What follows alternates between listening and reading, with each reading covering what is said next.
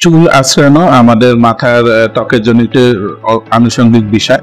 যারা চুল আঁচড়ান বা কম্বিং করে তাদের চুল আঁচড়ানোর দ্বারা কিন্তু আমাদের স্ক্যাল্পের হেয়ার ব্লাড ফ্লো বেড়ে যায়।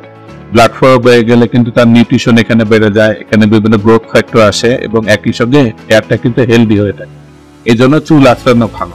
এবং মাথার ত্বকে যেরকম নিয়মিত স্কেল জমা হয়, অনেক সময় সেবাম জমা হয় এবং ময়লা জমা হয়, এটা যদি এমনি চুল না আঁচড়ানো হয় তখন স্ক্যাল্পে কিন্তু এটা জমে থাকে। এটার দ্বারা কিন্তু বিভিন্ন ধরনের এক্সিমাটাস রোগ হতে পারে।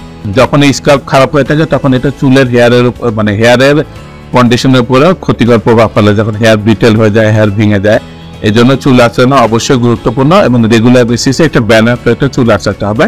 কিন্তু চুল আঁচড়ানো এমন না যে অল্প সময় পর পরে আমি কম্বিং করলাম, সেটার দ্বারা দেখা যাবে অনেক সময় বিভিন্ন ইনফ্লামেশন হবে, তারপর দেখা যাবে যে বিভিন্ন ধরনের এক্সিমাটাস লেশন ডেভেলপ করতে পারে এবং এইটার দ্বারা কিন্তু একই সঙ্গে হেয়ার গুলোকে ডিস্ট্রাকশন হতে পারে।